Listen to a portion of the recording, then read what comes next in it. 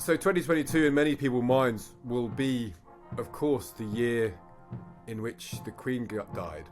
And if you think about it, the vast majority of the country, if you're under 70, every single person in the country has only known one sovereign, one king or queen, and it was the Queen. You talk about the Queen and you immediately have an image of who that person is.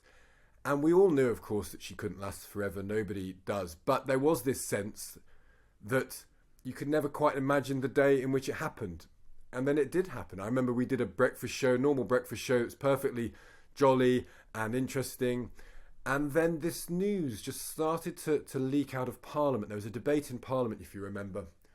And a letter was passed around, a note was passed around, particularly to the opposition bench. And the story emerged at lunchtime that something had happened to the Queen. Then the family were brought to Balmoral, where she was staying.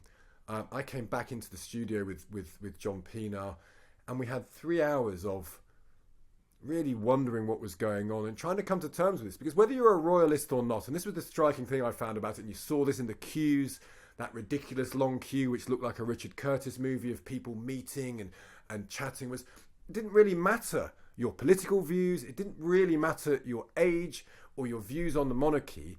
There was just this giant figure that had been there for your entire life suddenly disappearing. And of course that afternoon she did. I remember John Pienaar breaking the news that we'd all seen coming by that point, but was still this massive, momentous occasion. This figure that had anchored so much of what it meant to be Britain had gone. And everything that followed, of course, was striking. But that moment itself was this a time when you had to check. The age was changing. The second Elizabethan age was over. God knows what would follow. But we all knew that a figure that had been there for all our lives was gone. And what a moment really that was.